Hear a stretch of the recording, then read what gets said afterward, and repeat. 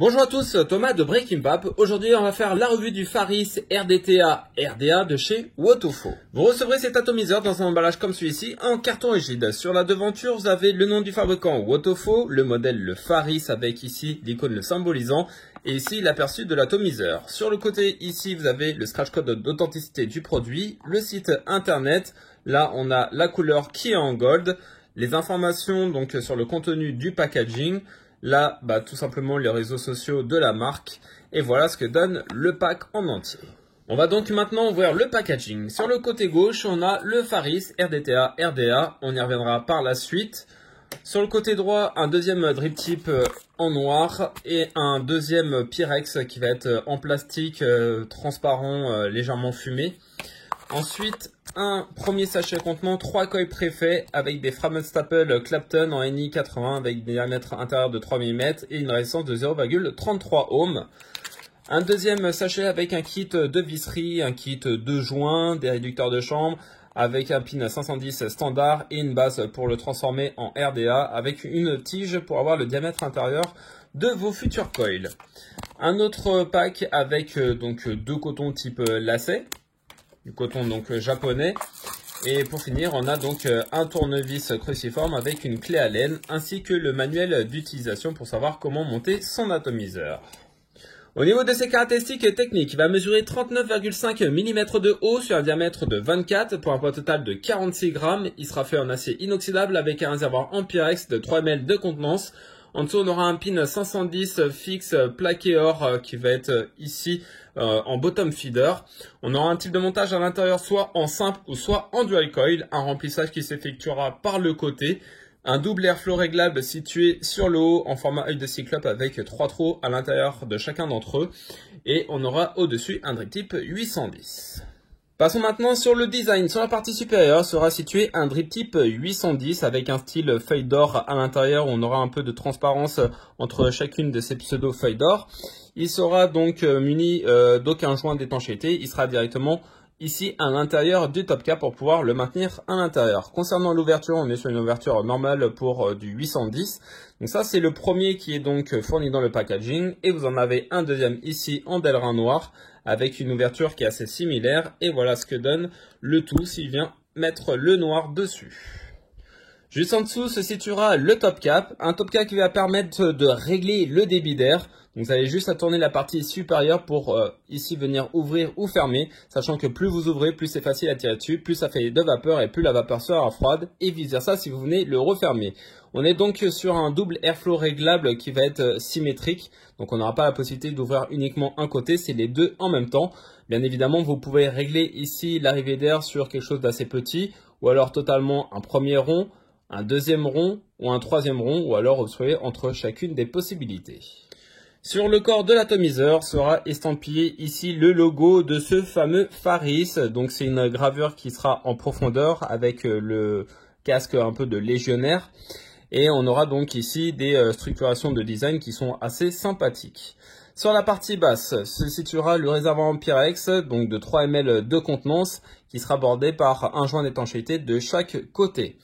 En dessous est situé donc le pin 510 plaqué or en bottom feeder pour être utilisé avec des box en bottom feeder. Bien évidemment, comme je vous ai dit tout à l'heure, on a un deuxième pin standard pour pouvoir être utilisé avec des box standards.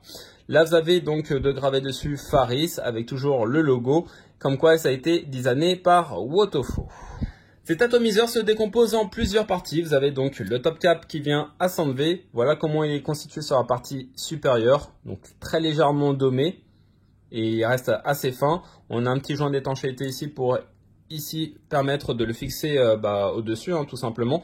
Alors comme vous pouvez voir, je vous conseille de venir mettre à réception du produit du liquide sur le joint pour éviter de l'abîmer, sachant que les joints sont hyper secs et qui sont assez larges. Donc pour éviter de les friter, directement mettre avec votre liquide un petit passage dessus pour que ça puisse glisser ici au reboîtage du top cap. Ensuite, on va voir ici le corps qui vient assembler aussi. Donc, on a juste à tirer dessus. Voilà, donc là, c'est pareil. Alors, malgré que j'ai mis un petit peu de liquide, on a quand même des joints.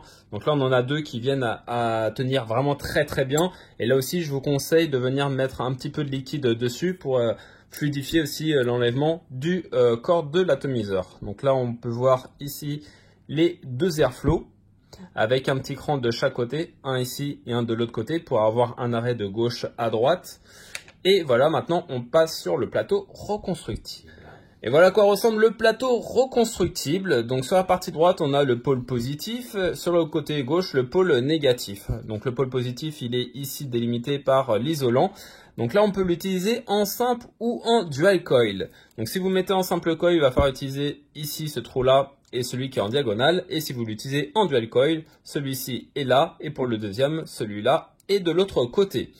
Sur les deux côtés, donc les deux extrémités, on a les arrivées de liquide. Donc c'est là qu'on viendra donc insérer le coton à l'intérieur. Et on peut s'apercevoir qu'on a un petit trou ici, c'est juste pour la dépression, pour éviter lors du remplissage en liquide que le liquide vienne à remonter jusque par le côté du coton. Et sur les côtés, on pourra avoir donc les trois airflows qui viendront légèrement se pencher en biseau. Donc pour venir refroidir le coil par en dessous pour faire remonter et donc aspirer la vapeur à travers les coils. Donc voilà ce qu'il en est du plateau au milieu. Maintenant sur les côtés. Donc à un premier côté ici, on va voir le trou pour insérer le liquide avec votre fiole. Donc là on est sur un petit silicone et au bout en fait c'est obstrué et lorsque vous allez rentrer la tige de votre liquide, ça va venir donc ouvrir l'orifice pour déverser le liquide à l'intérieur et lorsque vous retirez votre bout de fiole, ça va venir se refermer pour éviter tout simplement les fuites de liquide. Pour accéder à l'ouverture ici des différents trous pour placer ces coils, on peut remarquer qu'on a donc deux vis de chaque côté qui sont en cruciforme, sachant qu'on a un tournevis aussi cruciforme à l'intérieur du packaging, donc on en a deux ici et deux de l'autre côté.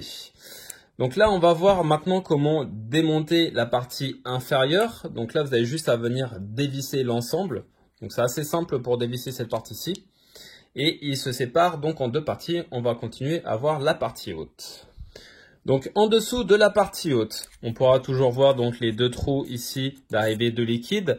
Et là, on pourra voir donc le trou de dépression d'air sur le côté gauche. Ils n'ont pas perdu le côté droit. C'est le trou pour insérer le liquide à l'intérieur. Je vous montre ce que ça donne si je mets ma tige à l'intérieur. Lorsque je viens l'insérer dedans, hop, ça vient s'ouvrir. Et là, vous appuyez sur votre fiole pour venir remplir le réservoir comme ceci. Donc ça va couler juste là pour remplir tout le réservoir de 3 ml. Donc là, sur cet atomiseur, on a l'option Bottom Feeder. Donc je vous montrerai la partie basse après. Donc l'option Bottom Feeder, c'est tout simplement pour faire remonter le liquide si vous utilisez par exemple une box en Bottom Feeder comme la Pulse X. Donc vous appuyez ici sur la fiole pour faire remonter le liquide à travers l'atomiseur via l'orifice qui est juste en dessous. Donc là, ça va être les arrivées de liquide. Voilà, quand vous appuyez par dessous, ça va venir remonter là-dedans et venir ici s'écouler par les deux trous situés aux deux extrémités. On pourra voir ici qu'on a un petit joint ici. Et donc, on va passer maintenant sur la partie basse. Sur la partie basse, vous voyez, hein, si vous appuyez sur votre fiole, donc sconqué, le liquide va monter ici et va être toujours poursuivi à travers ce trou-là. Donc cet atomiseur peut aussi se mettre en option standard avec un pin standard pour être utilisé sur d'autres box que du bottom feeder. On va voir comment procéder. Dans le packaging, vous allez retrouver donc ces deux pièces-là. Donc ça va être les parties de pin 510. On va commencer par celle du haut, donc celle ici avec une empreinte en clé Allen. Je rappelle, hein, vous avez une clé Allen qui est fournie, donc il va falloir dévisser la première ici. Donc allons-y, hop. On vient dévisser totalement. Voilà. Hop. Donc là, c'est la première partie. Et ensuite, il va falloir faire exactement la même chose sur la partie basse. Donc voilà à quoi ressemble le pin en bottom feeder. Et là, le pin standard, sans trou donc. Donc là, on vient revisser celui-ci à la place. Hop. Donc vissez bien hein, pour que ça puisse correctement se refermer par la suite. Allez, on y va. Alors, c'est pas super simple. L'empreinte à l'intérieur n'est pas super profonde. Donc, accompagnez-le comme ceci. Voilà, donc là, c'est serré. Et ensuite, vous avez simplement à venir retirer la partie basse. Donc, vous pouvez utiliser la clé Allen. Vous retirez à travers juste là le pin de dedans. Attention à ne pas le perdre. Comme ceci. Et ensuite, vous venez remettre le deuxième qui est plat à l'intérieur. Et là, du coup, quand on remonte l'atomiseur comme ceci, il est transformé donc du bottom feeder sur du pin standard. Donc là, on a vu de base qu'on avait le Pyrex ici transparent. Pour venir le retirer, vous avez à tirer délicatement dessus. Attention de ne pas déchiqueter le joint, donc retire-le tout doucement. Voilà. On vient replacer le joint dessus. Voilà ce que ça donne. Et maintenant, vous pouvez éventuellement venir le remplacer par le deuxième ici, qui est lui donc en plastique, avec tout simplement une finition fumée, hein, frise comme ils appellent ça. Donc on peut venir mettre soit l'un soit l'autre, hein, c'est pas compliqué à venir changer. Et je vais vous montrer ce que ça donne une fois qu'on remonte le tout au niveau de l'esthétisme. Voilà, je remets ici et là le top cap. Et voilà ce que donne la version en frise. Donc là, on a vu qu'on était en mode RDTA, c'est-à-dire un réservoir en dessous. On peut aussi le transformer en mode dripper, donc RDA. Pour ce faire, vous dévissez totalement, hop, la partie basse comme ceci. Et vous venez simplement utiliser la pièce ici qui est fournie à l'intérieur des sachets. Et vous venez tout simplement le revisser comme ceci. Et là, je vous remontre ce que ça donne en format RDA. Vous avez aussi de fournir à l'intérieur deux réducteurs au niveau de la chambre. Donc ça, c'est uniquement à se servir si vous l'utilisez en simple coil, donc avec une unique résistance. Ça va vous permettre de réduire les arrivées de liquide parce que là, forcément, on va être sur deux résistances, donc deux sorties de coton. Et évidemment, si vous êtes sur un seul coil, on aura moins de sorties de coton vu qu'on n'a qu'une seule résistance. Donc là, on peut venir plugger ça, hop, comme ceci. C'est comme des réducteurs de chambre, hein. On plug l'autre de l'autre côté comme cela. Voilà. Et ensuite, donc on a les trous d'arrivée liquide qui sont à moitié tout simplement bouchés pour mettre moins de coton dû au fait qu'on utilise uniquement du simple coil. Voilà à quoi ressemblent les résistances donc qui sont à l'intérieur du packaging, hein. Je rappelle, on en a 3, comme ça vous permet de faire un premier montage en simple coil par exemple et un deuxième montage en dual coil. Donc on est sur du Ni80, une matière qui vient chauffer assez rapidement.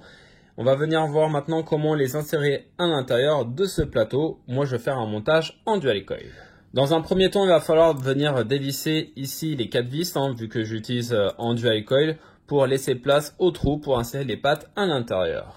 À l'intérieur du packaging, vous avez aussi cet accessoire qui vous permettra, lorsque vous faites vos résistances vous-même, d'avoir exactement le même diamètre interne, hein. Je rappelle, on est sur du 3 mm.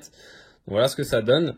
Là, il va falloir couper la hauteur des pattes pour pouvoir le plugger à l'intérieur. Donc là, je regarde à peu près ce qu'il y a besoin au niveau des pattes. Donc je vais laisser à peu près 1,5 cm ici pour pouvoir couper. Donc moi, ce que je vous conseille, c'est de venir déjà tester avec un premier. Donc là, on va prendre la pince coupante. Et on va venir donc couper ici à peu près 1,5 cm. Moi, je vous conseille de couper plutôt un peu trop long et venir raccourcir au fur et à mesure. Sinon, vous allez vous retrouver avec un coil trop court et c'est pas super efficace pour le coup. Donc là, je vais venir à peu près couper ici. Là, dans le prolongement de l'autre côté. Et ensuite, on vient le mettre à l'intérieur, voir ce que ça donne. Hop. Donc voilà à peu près la hauteur du coil. Donc grosso modo sur celui-ci, en fait, il ne faut pas avoir le coil qui soit pile poil en face des arrivées d'air, vu qu'on va avoir des arrivées d'air qui vont passer en dessous du coil pour venir remonter. Donc là, je pense que voilà, on va recouper juste un petit poil ici. Donc, je reprends la petite pince, je viens réajuster un petit peu, pas trop court non plus. Voilà, la même chose de l'autre côté. Voilà, je viens tester voir ce que ça donne à l'intérieur du plateau. Hop et hop. Voilà. Le but c'est de laisser un petit peu de jour en dessous du coil pour que ça puisse circuler correctement. Alors vous avez deux manipulations. Soit vous mettez un petit peu plus haut pour que ça puisse circuler par en dessous. Soit vous pouvez vraiment mettre à ras des airflows, donc mettre assez bas. Sans que ça vienne à toucher non plus ici l'isolant et surtout la carcasse, sinon ça va faire court-circuit. Donc moi je vais venir le relever un petit peu. Donc une fois que vous avez trouvé la bonne hauteur, tout simplement vous remettez votre coil sur la petite tige juste là. Hop, et pour avoir les deux coils qui mesurent la même distance concernant les pattes, on vient prendre le deuxième coil juste là, on vient le mettre en même temps sur la tige. Et ensuite, on vient les placer côte à côte et comme ça rend beaucoup plus simple la tâche pour venir couper à la même hauteur. Pour la mise en place des coils, je vous conseille de laisser la tige ici avec le coil dessus. Ça facilite la mise en place et ça facilite aussi lors du serrage pour pas que les coils viennent à se délier entre eux. Et pour la hauteur, en fait, je vous donne une petite astuce. Vous prenez ici la petite clé et vous venez la positionner à plat ici sur les deux parois des extrémités de la taux. Comme ça, vous avez la bonne hauteur qu'il faut pour avoir un bon tirage et de bonnes saveurs. Ensuite, on n'a plus qu'à venir resserrer de chaque côté. Voilà ce que donne le montage en dual coil, vu d'en haut, vu du côté. Donc il faut vérifier que ça soit à la même hauteur, que ça soit à peu près centré. Une fois que c'est fait, il va falloir venir roder les coils et on va en profiter pour venir les resserrer légèrement. Donc là, il faut simplement utiliser une box.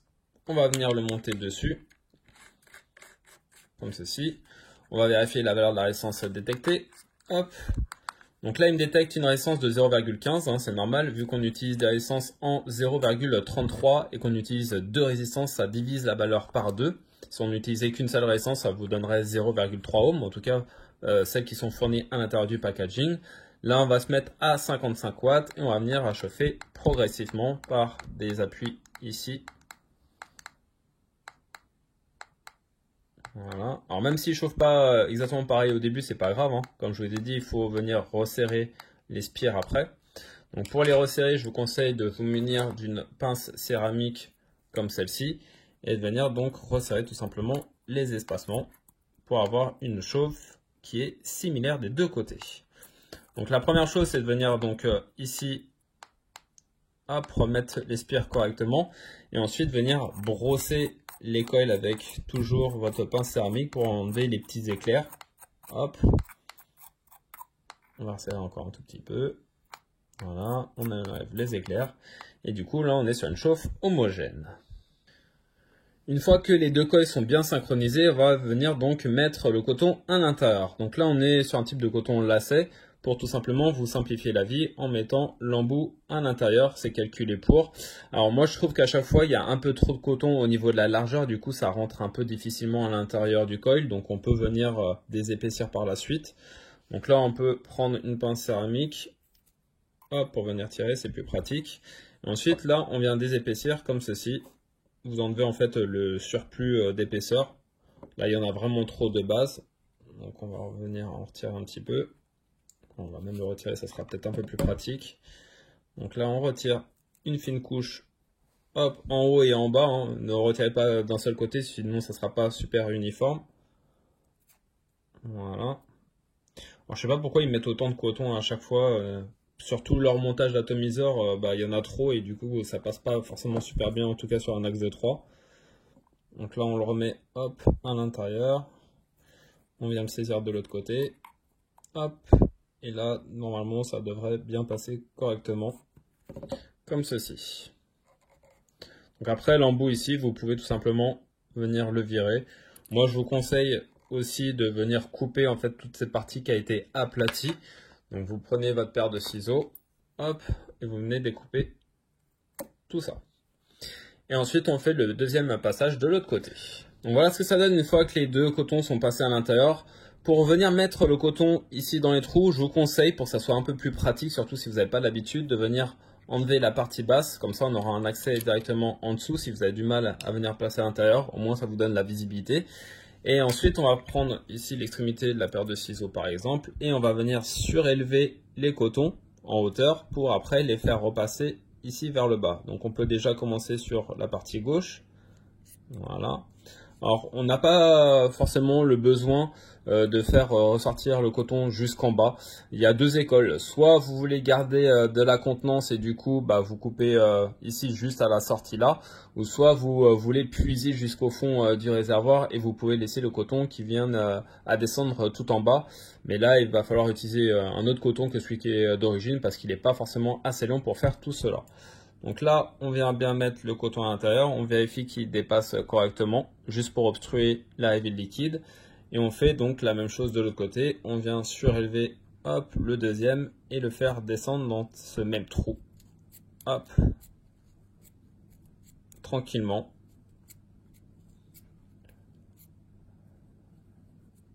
Voilà. Et on laisse bien libre ici les arrivées d'air. Donc là, on vérifie en dessous ce que ça donne. Là, on a bien toute l'arrivée de liquide qui est obstruée. Et on fait la même chose de l'autre côté. Voilà à quoi ressemble le plateau une fois qu'il est correctement monté. Alors, il y a une chose qui est assez intéressante de la part de chez Wotofo. Je ne sais pas s'ils l'ont fait exprès, mais en tout cas, c'est assez bien. Ils ont mis ici les arrivées de liquide lorsqu'on skonk, donc lorsqu'on l'utilise en bottom feeder. Les trous ici qui sont au niveau du coton, au niveau de la sortie, ce qui fait que on a déjà le coton qui vient s'imbiber en liquide pour refournir le plus rapidement possible le dessus. Et ensuite, le trop-plein qui vient se déverser dans le réservoir. On va venir maintenant imbiber la résistance en liquide, donc bien imbiber la résistance en elle-même des deux côtés, c'est ce qui chauffe le premier, et ensuite imbiber le coton, hop là, et de l'autre côté, on attend que ça vienne absorber un petit peu et on fait un deuxième tour, voilà, bien le coton aussi là.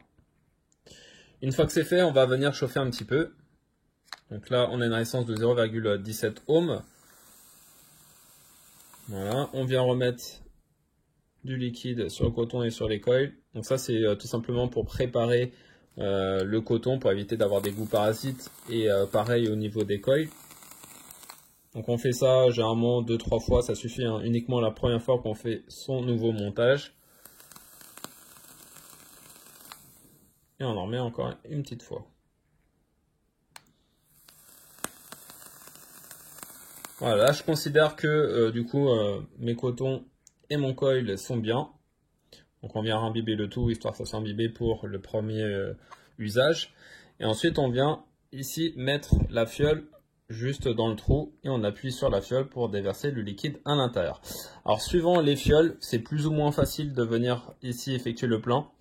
Donc il faut bien appuyer lorsque c'est des gros embouts pour que ça puisse bien passer à l'intérieur. Et là on voit que ça vient à se remplir petit à petit. Alors personnellement, j'aurais vu un trou un peu plus large pour que ça soit un peu plus facile pour le remplissage. Et vous voyez, à l'intérieur du plateau, on avait donc le trou tout simplement de dépression qui sert à éviter que le liquide vienne à remonter et inonder le plateau. Voilà ce que ça donne donc une fois que le tout est monté. Voilà, pour ceux qui veulent voir ce que c'est une bottom feeder, ça ressemble à ça au niveau de l'intérieur. Donc je rappelle, on appuie ici sur la fiole pour faire remonter le liquide jusqu'au réservoir en haut sans avoir besoin à venir remplir sur le côté. Donc ça peut être assez pratique. On va passer maintenant au test.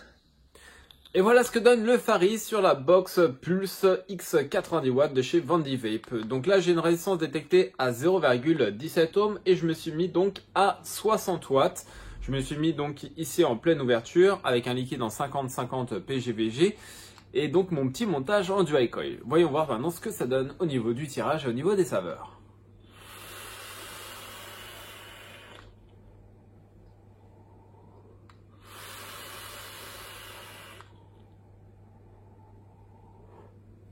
Comme on peut constater au niveau de la production de vapeur, c'est bien là.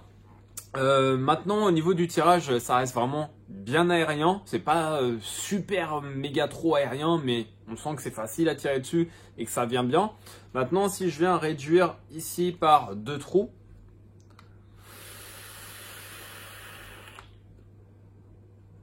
Là on a un airflow qui joue bien son rôle pour resserrer vraiment le débit d'air. Et si on laisse un seul trou, du coup, sur un montage en dual coil, c'est pas forcément ce qu'il y a de mieux parce que ça devient un peu trop chaud. Donc moi, je vous conseille 1 ou 2 trous si vous êtes en simple coil et 2 ou voire 3 trous si vous êtes en dual coil. Maintenant, au niveau des saveurs.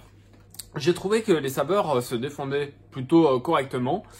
Comme je le redirai après, on n'est pas sur le meilleur RDTA au niveau des saveurs, mais il se défend bien dans sa gamme. J'aurais préféré qu'il soit vraiment dans les meilleurs, sachant que moi, personnellement, j'aime vraiment bien le design de celui-ci. J'ai trouvé que le tirage aussi était vraiment très intéressant parce qu'on a un très bon débit de vapeur. On a aussi un airflow qui est assez ouvert mais pas trop non plus. Donc un tirage qui est bien, agréable. Là, moi je prends plaisir à tirer dessus par exemple. On n'a pas non plus tout le lato qui vient chauffer parce qu'on a un plateau qui est assez spacieux. Donc on a l'air qui vient circuler correctement comme on a vu avec l'air qui est en biseau qui vient remonter vers le haut. Donc là aussi, c'est bien, la cloche ne chauffe pas trop, à part si vous montez à 70, 80 ou 90 watts, hein, ce qui est un peu démesuré par rapport au coil, et puis ça va tirer trop au niveau de la consommation de la batterie et en liquide. Donc voilà ce qu'il en est. Alors moi j'ai une préférence pour le montage en dual coil plutôt que le simple. J'ai trouvé que c'était plus optimisé pour le dual que le simple. Après le simple il se défend quand même assez correctement aussi. Mais après c'est mes préférences. Après c'est à vous de tester. De toute façon dans le packaging vous avez la possibilité de faire éventuellement les deux montages avec les trois coils qui sont donnés. On va passer maintenant au point positif et au point négatif.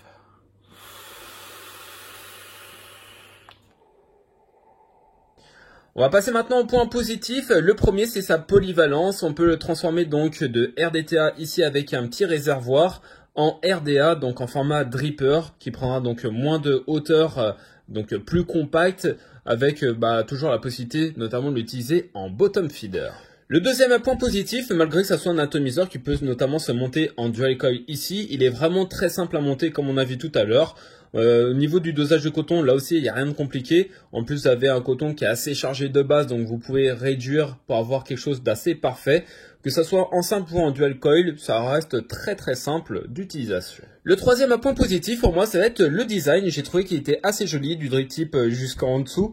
Donc là, le drip tip qui a ici des petites feuilles d'or, enfin type feuille d'or, hein, je précise, avec ici des gravures qui sont globalement très bien faites et une gravure ici du logo qui reste assez efficace. J'ai personnellement apprécié ce design. Le quatrième point positif, on a un packaging qui est vraiment complet. Donc à l'intérieur, je rappelle, on a 3 coils pour un montage en simple et après pour s'essayer en dual. On a 2 drip tips, celui-ci et le noir. On a la base pour le transformer en RDA.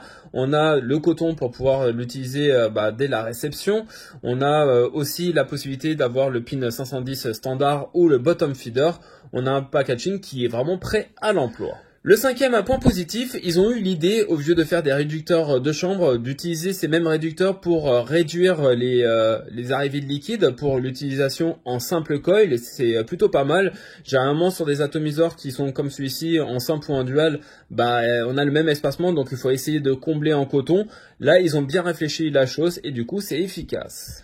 Et enfin, le dernier point positif, j'ai trouvé que le tirage, en tout cas avec le montage tel qu'il est là, était vraiment très bien. On a un très bon ratio entre la vapeur dégagée et la prise d'air en full ouverture. Passons maintenant au point négatif. Le premier pour moi, c'est ici l'insertion en liquide. Alors c'est bien qu'ils aient mis ce système de valve pour permettre de venir remplir, que ça se ferme et pour éviter tout simplement d'avoir des fuites de liquide. Mais j'ai trouvé cette ouverture vraiment trop étroite, en tout cas avec l'utilisation des grandes fioles. Le deuxième point négatif, et ça c'est un petit peu normal, on est sur un montage en dual coil, donc de 0,17 ohms, comme on a vu tout à l'heure. Donc on est sur des résistances vraiment très basses, avec des coils qui sont assez larges. Du coup, ça va avoir une consommation en liquide assez conséquente, ce qui sera quand même bien moindre si vous l'utilisez en simple coil. Ou après, éventuellement, vous pouvez utiliser des Fuse Clapton en NI 80 pour consommer un petit peu moins. Pour faire le bilan, on est donc sur un atomiseur qui peut se monter en simple ou en dual coil, qui reste très simple à monter. On a un plateau ici qui est vraiment très spacieux, donc facile à travailler. On peut le monter donc en simple ou en dual coil avec la possibilité en simple coil d'avoir les réducteurs d'arrivée de liquide, ce qui simplifie amplement la chose, ce qui évite de surcharger en coton et d'avoir des goûts de dry heat, parce qu'on aura trop tassé le coton pour pouvoir fermer ces arrivées de liquide. Donc ça c'est plutôt bien pensé. Maintenant concernant le design, j'ai trouvé qu'il était bien stylé, hein, il avait son style à lui. On a l'option bottom feeder ou l'option RDTA ou RDA en classique avec le pin qui est fourni à l'intérieur. Le changement est assez simple, hein, de l'un à l'autre. On a 3 ml de contenance, là aussi c'est assez correct, sachant que si on l'utilise en bottom feeder, voilà, il y a vraiment une bonne contenance pour un RDTA. Après, au niveau de l'insertion du liquide, j'ai trouvé ça dommage que le trou soit vraiment trop étroit pour ma part. Voilà, j'aurais préféré d'avoir quelque chose de plus ouvert, sachant que généralement les gens qui utilisent ce genre d'atomiseur là ont de grosses fioles avec, généralement j'ai bien de gros embouts, donc voilà, c'est un peu compliqué de venir effectuer le plan, mais c'est quand même possible. Moi je conseille quand même d'utiliser en bottom feeder. Sinon, ce que j'ai trouvé bien, c'est qu'on a un pack qui est vraiment complet. Moi, j'aime bien les packs où on a au moins 2 drip tips. On a ici la possibilité de venir changer le Pyrex si jamais il vient à casser. Donc ça, c'est plutôt bien. Le deuxième est en plastique. Donc éviter les liquides trop corrosifs. Mais celui en Pyrex, aucun problème avec. Après, au niveau des saveurs, je dirais que c'est pas le meilleur en RDTA. Il se défend bien, mais voilà, il y a quand même mieux sur le marché. Mais on va dire que si c'est votre premier RDTA, que vous voulez qu'il soit assez polyvalent, vous pouvez le transformer en dripper, vous pouvez faire du simple ou du dual. Donc ça va être notamment ça, ses points forts, avec un esthétique qui est assez cool aussi. Si vous souhaitez acheter cet atomiseur, rendez-vous sur le site lepetitfumeur.fr. Je vous mettrai le lien dans le descriptif de la vidéo. On est donc ici sur un atomiseur qui existe en plusieurs coloris, donc celui que je vous ai présenté, plus ces trois-là. Donc normalement il est au prix de 32,90 €. Là actuellement sur les fêtes de Noël, il est à 15% de réduction, soit un total de 27,97 €.